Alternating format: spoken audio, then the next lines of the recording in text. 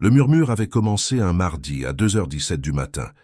Liam Carter, 5 ans, était assis droit dans son lit, ses petites mains cramponnées à sa couverture à dinosaure. La lumière rouge de son réveil digital découpait faiblement l'obscurité épaisse de sa chambre. Un bruit l'avait réveillé, si léger qu'on aurait pu le confondre avec le vent. Mais Liam n'était pas comme les autres. Ses yeux grands ouverts fouillaient les ombres de la vieille maison victorienne que ses parents venaient tout juste d'acheter. Le son revint. Un gémissement, ténu, désespéré, semblant filtrer à travers les murs même de sa chambre. « Bonjour » chuchota Liam, sa voix presque inaudible. Les pleurs s'arrêtèrent un instant, puis reprirent, plus faibles encore. Il descendit de son lit sans bruit, les pieds nus sur le parquet froid.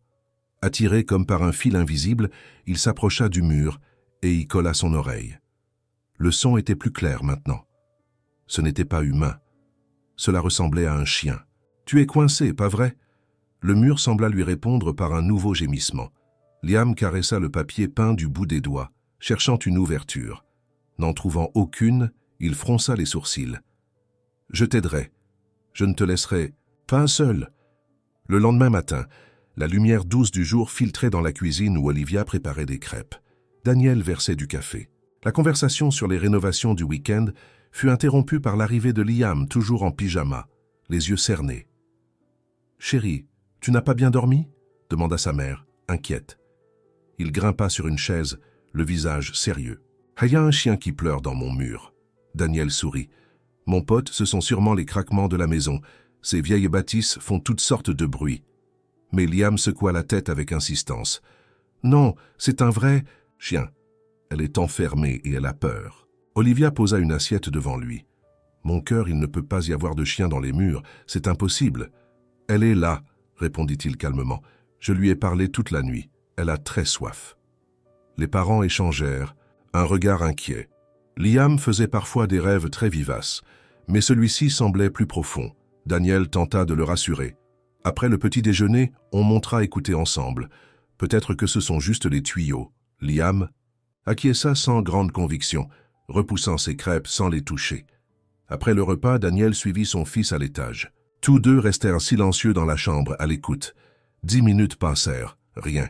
« Tu vois, mon pote, aucun chien ici. C'est une vieille maison, c'est tout. » Mais Liam leva la main, soudain alerte. « Chut, écoute. » Daniel tendit l'oreille. Rien d'autre que le ronronnement lointain d'une tondeuse. « Je n'entends rien, Liam. » Le visage de l'enfant se contracta. Elle ne pleure pas tout le temps. Mais elle est là, je te le jure. Daniel s'accroupit. Parfois, notre imagination nous joue des tours. Il n'y a pas de chien dans le mur, mon fils. Les yeux de Liam se remplirent de larmes. Tu ne me crois pas. Daniel voulut répliquer, mais resta sans voix. Cette nuit-là, Liam attendit que ses parents soient couchés pour se lever et glisser un bol d'eau et quelques crackers près du mur. « Je t'ai apporté quelque chose, » murmura-t-il. « Je ne sais pas si tu peux l'atteindre, mais j'essaie. » Il colla son oreille. « Au mur ?» Un gémissement faible et reconnaissant lui répondit. « Je sais, » souffla-t-il. « Je trouverai un moyen. Je te le promets. » Le lendemain, à la maternelle, Liam passa la récréation à dessiner un chien dans un mur. Mademoiselle Jenkins s'en inquiéta. Lorsqu'Olivia le récupéra, elle trouva son fils encore silencieux. À table, il annonça « Mademoiselle Jenkins m'a dit que je ne devrais pas inventer d'histoire, mais je n'en invente pas. » Olivia toucha son front. « Tu es sûr que tu ne te sens pas malade ?»« Je vais bien. Pourquoi personne ne me croit ?» La nuit venue, les gémissements se firent plus faibles. Liam se leva encore. « Ne t'endors pas. Je vais t'aider. » Le lendemain, Mademoiselle Jenkins appela Olivia. Liam semble préoccupé. Il dessine un berger allemand pris au piège dans du béton. Olivia expliqua le comportement étrange de son fils depuis leur emménagement. L'institutrice hocha la tête. Parfois, les enfants créent des récits complexes pour faire face au changement, mais il a dit aussi qu'il savait des choses. Il a prédit un appel de sa grand-mère et la pluie de jeudi dernier. Olivia frissonna. Il avait dit à Daniel de prendre un parapluie, et sa mère avait réellement appelé ce jour-là. Était-ce une simple coïncidence? De retour à la maison, Liam courut à l'étage. « Je suis là. Tu vas bien? J'ai pensé à toi toute la journée. » Olivia l'observait depuis l'embrasure de la porte. Liam, tu peux m'en dire plus sur ce chien? Il la fixa, hésitant, puis désigna un point précis du mur. Parfois, elle est trop fatiguée pour pleurer, mais je la sens. Olivia hésita, s'approcha, colla son oreille contre le mur. Long silence, puis une vibration, presque imperceptible. Pas un bruit, une présence. « Tu as senti ?» demanda Liam. Olivia se redressa troublée. « Oui, mais ça pourrait être des tuyaux. C'est elle. Elle n'a plus beaucoup de temps. » Cette nuit-là, Olivia ne parvenait pas à dormir. Elle s'était levée, poussée par une inquiétude grandissante, et s'était installée dans la cuisine avec son ordinateur portable. Les rideaux restaient entr'ouverts sur l'obscurité du jardin, où seule la lumière du frigo venait couper les ombres. Elle tapa nerveusement quelques mots dans la barre de recherche, histoire de la maison Morrison Pineville. L'annonce immobilière mentionnait une maison construite en 1897, rénovée au fil du temps, mais rien sur ses anciens occupants. Rien qui expliquerait l'obsession de Liam. Elle faisait défiler les pages quand Daniel apparut, les pieds nus sur le carrelage froid. « T'es debout, toi aussi ?» marmonna-t-il en se frottant les yeux. Olivia sursauta légèrement. « Je fais juste des recherches. »« Sur quoi ?» demanda-t-il avec un sourire las. « Les hallucinations infantiles ?» Il jeta un coup d'œil à l'écran. « Sur la maison, » répondit-elle. « Je commence à penser qu'il y a peut-être quelque chose. » Daniel soupira et s'appuya contre le comptoir. « Liv, il n'y a pas de chien dans les murs. C'est impossible. » Olivia le fixa longuement. « Aujourd'hui, j'ai senti une vibration dans le mur. Pas un son. Quelque chose de vivant. Et tu sais que Liam a toujours eu des intuitions bizarres. Tu te souviens de la pluie de jeudi dernier ?» Daniel baissa les yeux. Il se rappelait très bien. Liam avait insisté pour qu'il prenne un parapluie. Il ne l'avait pas écouté. Résultat, il était revenu trempé jusqu'aux os. « Ce sont des coïncidences, » dit-il à voix basse, mais sans réelle conviction. Le lendemain matin, Olivia décida d'aller à la rencontre des voisins. Elle frappa à la porte de Madame Whittaker, une dame âgée à l'allure distinguée qui vivait 2 maisons plus loin. En apprenant qu'Olivia habitait désormais chez les Morrison, le visage de la vieille dame changea. Une très belle maison, même si elle laisse rester vide un long moment. « Vide ?» s'étonna Olivia. « Je croyais que M. Morrison l'avait vendue. » Madame Whittaker posa sa tasse de thé avec lenteur. « Officiellement, oui, mais la vérité, c'est qu'il a disparu. Personne ne l'a revu depuis environ 8 mois. Son courrier s'empilait, les lumières ne s'allumaient plus. La police est venue à vérifier. La maison était vide, pas de lutte, pas de lettres, juste abandonnée. » Olivia sentit son cœur se serrer. Et il vivait seul. Il avait un chien. Un chiot berger allemand, je crois. Il l'appelait Luna, une chienne douce, très sage. Elle a disparu en même temps que lui. On a supposé qu'il l'avait emmenée. Olivia resta pétrifiée. Un berger allemand, le même que celui que Liam dessinait coincé dans du béton. Il ne le savait pas. Il ne pouvait pas le savoir. À moins que, en rentrant, elle trouva Daniel et Liam en train de taper dans un ballon dans le jardin. Liam, insouciant, riait. Olivia attendit qu'il s'éloigne pour tout raconter à Daniel. Un berger allemand, Dan, et Liam en dessine un depuis des jours. Il ne l'a jamais vu, moi non plus. Comment aurait-il su? Daniel blêmit. Il resta silencieux quelques secondes. Liv, tu penses que Morrison aurait pu faire quelque chose à ce chien? Je ne sais pas. Mais cette maison a été rénovée avant la vente. Peut-être qu'ils ont bâti par-dessus quelque chose. Peut-être qu'un espace a été condamné. Cette nuit-là, Daniel prit son détecteur de montant et entra dans la chambre de Liam une fois que celui-ci dormait profondément. Il inspecta les murs lentement avec méthode, rien d'anormal, jusqu'à ce qu'il atteigne le coin que Liam avait mentionné. Là, le détecteur se mit à biper d'un ton continu, un signal inhabituel. Quelque chose dans la structure ne correspondait pas. Le lendemain matin, pendant que Liam prenait son petit déjeuner, Daniel descendit au sous-sol. Ce coin, pensa-t-il. Il tenta de se repérer. La chambre de Liam était juste au-dessus. Il localisa la section suspecte. Le mur semblait légèrement plus récent, la peinture à peine plus claire. Il passa la main dessus, puis remarqua quelque chose, une petite bouche d'aération près du sol. Un détail qu'il n'avait jamais remarqué. Curieusement, elle ne semblait reliée à rien.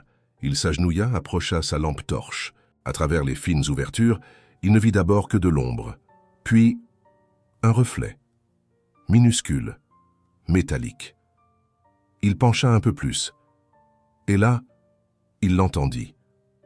Un gémissement, presque inaudible, suivi d'un souffle court, difficile, comme une respiration laborieuse.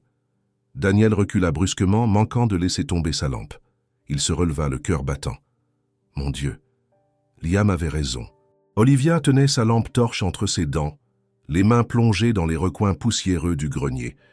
Une odeur de vieux bois et de laine humide flottait autour d'elle. Au fond, dissimulée derrière une malle couverte d'un drap, elle aperçut une pile de vieux journaux reliés en cuir, enveloppés dans un sac en toile rêche. Elle les sortit avec précaution. Le cuir était craquelé, les pages jaunies. Assise à même le sol, elle ouvrit le premier carnet. L'écriture, d'abord régulière et soignée, relatait les journées d'Edward Morrison. Des notes banales sur le temps, des courses, quelques réflexions sur sa solitude. Puis, au fil des pages, le ton changeait. L'écriture devenait plus pressée, les phrases plus hachées, confuses. Des mentions répétées à Luna apparaissaient. Olivia lut à haute voix, à peine un murmure. « Elle m'observe, même quand je dors. Elle sait ce que je pense. Ils l'ont dressée pour me surveiller. » Une sueur froide lui coula le long du dos. Au fil des pages, la folie s'épaississait. Morrison décrivait Luna non plus comme un chien, mais comme une unité de surveillance, un être contrôlé à distance pour l'espionner. Il disait vouloir la couper du réseau, bloquer ses signaux. Puis venait le plus effrayant, un schéma détaillé d'un mur, une cavité, une bouche d'aération. Il y calculait le flux d'oxygène, juste assez pour qu'elle survive, pas assez pour émettre. Le carnet tomba de ses mains. Elle se leva d'un bond et redescendit à toute vitesse, les carnets contre sa poitrine. Daniel, en bas, préparait un sandwich pour Liam. Elle lui fit signe, l'entraîna dehors. Sous le porche, elle ouvrit les carnets devant lui. Daniel les lut incrédule. Son visage se décomposait. Il a vraiment cru qu'elle le surveillait, et il a agi en conséquence. Il l'a enfermée là-dedans, Dan, comme une prisonnière. Il a fait tout un plan, il voulait la faire taire. Mais ça fait 8 mois. Elle ne peut pas être encore vivante. Olivia serra les mâchoires. Tu n'as pas entendu ce que Liam a entendu. Tu n'as pas vu comment il savait. Il a toujours su. Elle est encore là, et elle est en train de mourir lentement. Ils rentrèrent précipitamment. Mais Liam se tenait dans l'embrasure de la porte, les mains croisées sur le ventre, comme s'il les attendait. Il leva les yeux. Vous avez trouvé les cahiers du méchant. Maintenant, vous me croyez. Liam, on va essayer de sortir. Luna, commença Olivia. Mais il faut que tu ailles chez tante Sarah, d'accord? Juste un petit moment. Non? Le cri de Liam déchira le silence. Il faut que je vienne. J'ai promis de l'aider. Elle est si faible. Maintenant, elle ne pleure presque plus. Elle croit que je l'ai abandonnée. Daniel hésita, secoua la tête, mais Olivia posa une main sur son bras. D'accord, mais tu restes en arrière. Pas un mot, pas un geste, sauf si on te dit. Tu comprends? Liam hocha solennellement la tête. Je ferai ce que tu dis, mais s'il vous plaît, laissez-moi être là. Ils descendirent ensemble au sous-sol. L'air y était plus frais, plus humide. Daniel portait sa boîte à outils. Liam, entre ses parents, désigna sans hésiter un pan précis du mur. C'est ici, là, juste à côté de la grille. Daniel s'agenouilla. On écoute d'abord. Le silence régnait, puis un souffle, léger, presque indistinct. Un gémissement, si faible qu'il fallait tendre l'oreille. Un bruit de vie. Daniel ferma les yeux, puis prit son marteau. Reculez, je vais commencer doucement. Il entama la cloison sèche, dégageant avec soin un rectangle d'environ 30 centimètres. De la poussière vola dans l'air.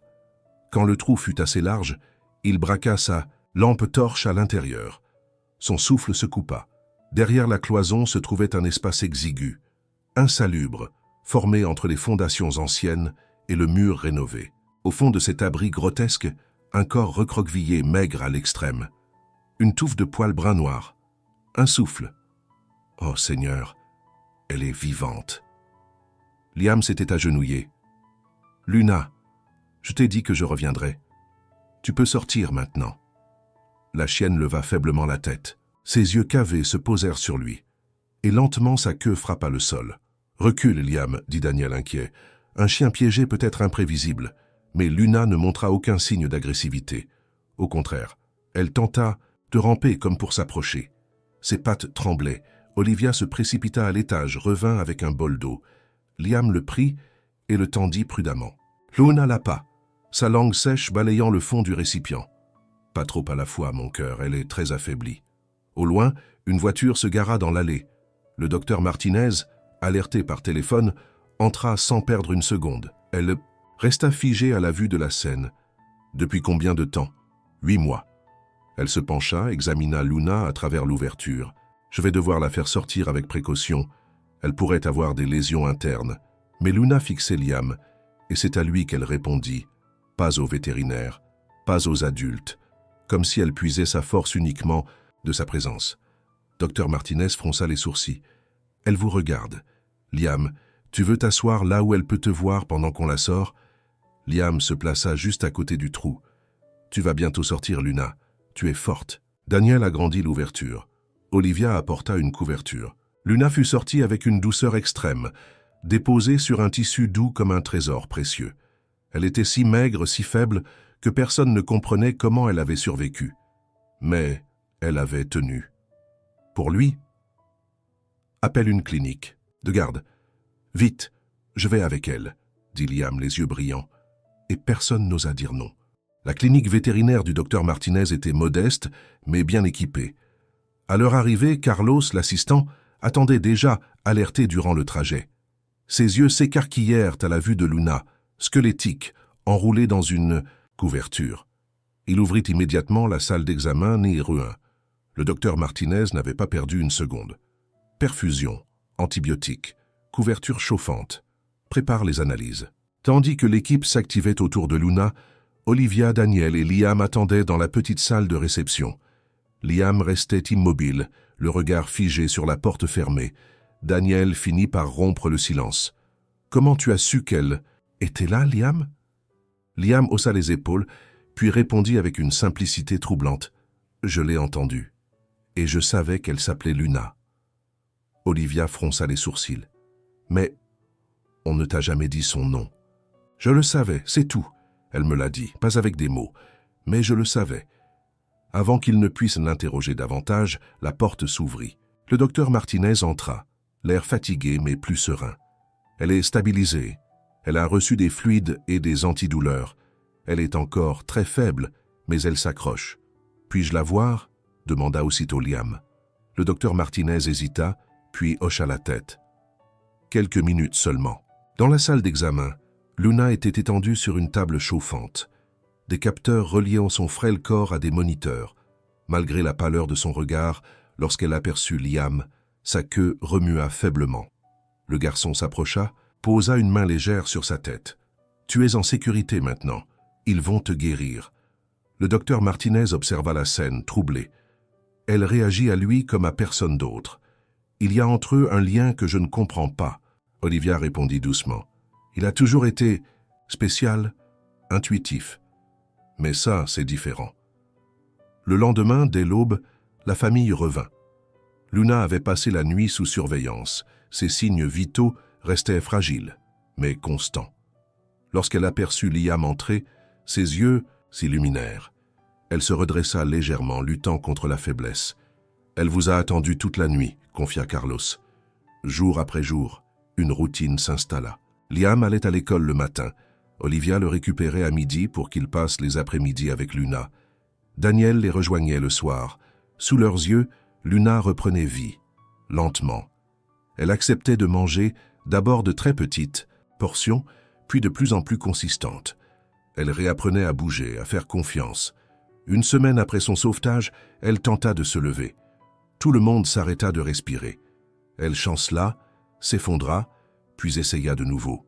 Lorsqu'elle réussit à tenir debout quelques secondes, Liam éclata en sanglots silencieux. « Je savais que tu pouvais y arriver. » C'est aussi ce jour-là qu'un inspecteur de police, James Wilson, fit son apparition. Il voulait comprendre ce qui était arrivé à Edward Morrison. Olivia lui remit les journaux. L'inspecteur écouta, silencieux, les récits des événements, notant tout. Puis il s'adressa à Liam. « Est-ce que Luna t'a dit quelque chose à propos de son ancien maître ?» Olivia s'interposa. « Il n'a que 5 ans. Il ne... » Mais Liam leva les yeux. Elle dit qu'il était malade dans sa tête. Pas méchant, mais malade. Il a pleuré quand il l'a enfermé. Puis un jour il est parti, dans les grands arbres, là où il l'emmenait marcher. Et il ne s'est jamais réveillé. Le silence tomba sur la pièce. L'inspecteur Wilson fronça les sourcils. « Tu sais où sont ces arbres ?» Liam hocha la tête. Il désigna un coin de la forêt non loin de leur maison. L'après-midi même, une équipe de recherche fut envoyée. Le lendemain matin, Wilson rappela. Ils avaient trouvé un corps. Il portait les papiers d'identité d'Edward Morrison. « Comment il a su ?» murmura Daniel, incapable d'en détacher son esprit. « Je crois que ce n'est pas nous qui devons comprendre, » répondit Olivia. « Peut-être qu'on doit simplement l'accepter. » Le mystère autour de Liam attira rapidement l'attention.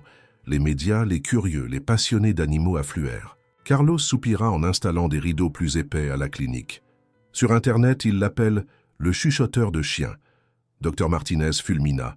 « C'est un enfant, pas un phénomène de foire. » Pendant ce temps, Luna allait mieux, assez pour marcher seule, pour manger sans aide. Et chaque fois que Liam était là, sa vitalité redoublait. Le docteur Martinez, après évaluation, fit une proposition. « Je pense qu'elle est prête à quitter la clinique. Chez vous, dans un environnement calme et aimant, elle guérira plus vite. » Olivia hésita. « Nous n'avions pas prévu d'avoir un chien. » Liam prit la parole. « Elle n'est pas un chien, elle est Luna, elle a besoin de nous. Je saurai m'en occuper. » Dr Martinez ajouta « D'un point de vue médical, les séparer maintenant pourrait être néfaste. Leur lien est réel. » Finalement, Daniel céda. « Très bien, essayons. » Le lendemain, Luna rentra chez elle, dans leur maison. Daniel avait installé un panier moelleux dans le salon. Olivia avait tout prévu. Alimentation spéciale, médicaments, un coin tranquille. Liam disposa ses peluches autour du lit de Luna, pour qu'elle ne se sente jamais seule. Mais la première nuit fut agitée, un gémissement, des pas maladroits. Luna s'était levée, elle boitait jusqu'au couloir. Liam sortit de sa chambre. « Tu as fait un cauchemar ?» Elle se colla à lui. Il la guida vers son lit. Elle se coucha. Il s'assit à côté, Olivia apporta une couverture. « Tu veux dormir là ?»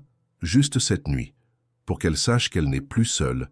Et cette nuit-là, pour la première fois depuis longtemps, ni chien ni enfant ne firent de cauchemar.